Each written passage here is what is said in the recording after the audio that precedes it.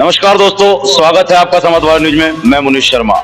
आज हम खड़े हैं राजकीय इंटर कॉलेज रुड़की में और आप लोगों को बताना चाहूंगा पंडित गोविंद वल्लभ पंत पर्यावरण एवं शिक्षा कल्याण समिति द्वारा आज भारत रत्न पंडित गोविंद वल्लभ पंत जी की 136वां जन्मोत्सव के मनाया जा रहा है और उस जन्मोत्सव के अवसर पर यहाँ पर बहुत से सांस्कृतिक कार्यक्रम छोटे छोटे छात्र छात्राओं द्वारा किए जा रहे हैं। आप लोगों को जानकारी देना चाहूंगा, ये जो राजकीय इंटर कॉलेज है इसके विषय में थोड़ा सा मैं आपको बताना चाहूंगा। आज यहाँ पर पुराने से पुराने जो छात्र रहे हैं और जो आने वाली जो नई पीढ़ी है और बीच के मध्यम सभी छात्र इस समय उपलब्ध हैं, तो आज का जो माहौल है वह अलग ही बनता है। राजकीय इंटर कॉलेज के विषय में बताया जाता है और बताया क्या जाता है, मैं खुद यहाँ का छात्र रहा हूँ, आपको बताना चाहूंगा। एक समय ऐसा था और शायद आज भी है, लेकिन अब स्कूल बहुत सारे हो गए, लेकिन 3 स्कूल हुआ करते थे यहाँ पर। उनमें राजकीय इंटर कॉलेज में एडमिशन लेने के लिए बहुत प्रतिस्पर्धा रहा करती थी, तो एक नामी गिरामी स्कूल रहा है राजकीय इंटर कॉलेज। और आज उसी इंटर कॉलेज में आज सांस्कृतिक कार्यक्रम है। हमारे बीच में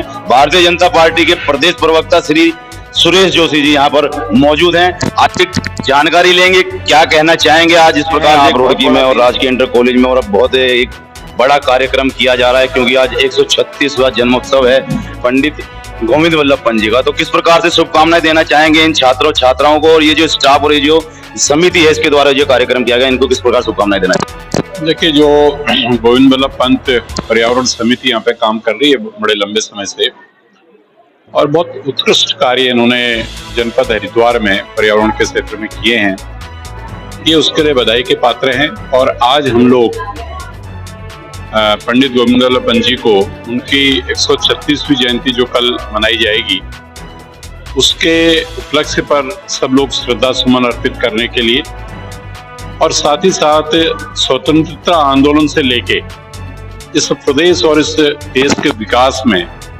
जो पंडित जी का एक बहुत बड़ा योगदान था, उस योगदान को याद करते हुए और उनके जो दिखलाया हुआ मार्ग है, उनका जो बतलाया हुआ मार्ग है, उस मार्ग को हम आगे कैसे प्रशस्त करें, उसी के तहत ये कार्यक्रम इस पर्यावरण समिति के द्वारा यहाँ पर को मनाया जा रहा है।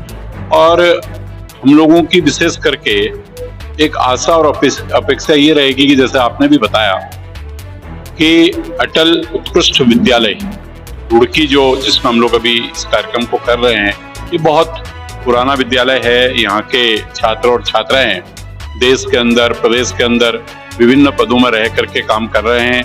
कोई इंडस्ट्री के रूप में काम कर रहा है, कोई अधिकारी के रूप में काम कर रहा है। तो एक ये सौभाग्य का विषय है, आज भी 1200 से ऊपर छात्र और छात्राएं यहाँ पर को अध्यापन अपना कार्य कर रहे हैं। तो मुझे ऐसा लगता है कि एक वास्तव में ये उत्कृष्ट विद्यालय है। जैसे आपने खुद बताया कि मैं यहाँ का छात्र रहा हूँ, तो इसलिए हम ये चाहते हैं कि आज के दिन हम उन स्वतंत्रता संग्राम सेनानियों को याद करते हुए और जिन सपनों को लेकर के उन्होंने देश को आजादी दी है, उसको निरंतर आगे बढ़ाएं और उस प्रयास में हम लोग काम करें।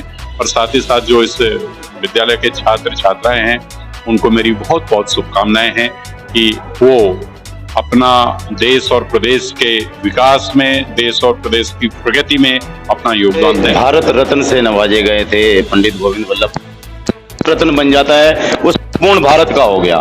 किसी जाति विशेष से संबंध इतना नहीं रहता, जाति विशेष लगती है भाई, क्योंकि वो तो है ही वो, लेकिन जो भारत रत्न बन गया वो पूरे भारत का हो गया। तो किस प्रकार प्रेरणा लेनी चाहिए पूरे सर्व समाज को पंडित गोविंद वल्लभ पंत जी के जीवन से? देखिए, पंडित गोविंद वल्लभ पंत जी ने तो अपना जीता जागता एक उदाहरण प्रस्तुत किया जब वो जीवित थे, कि वो जाति प्रथा के घोर विरोधी थे। पुली वेगार जैसा आंदोलन उन्होंने प्रारंभ किया था और मनुष्य को मनुष्य की तरह इस धरती पे रहने का जो अधिकार है, जो संविधान के तहत भी अधिकार मिले, क्योंकि देश के गृह मंत्री रहे थे, तो उन सब चीजों के लिए वो एक अग्रिम पंक्ति में जाकर के खड़े रहते थे। इसलिए ये तो निश्चित तौर पर वो इस देश के एक महापुरुष थे।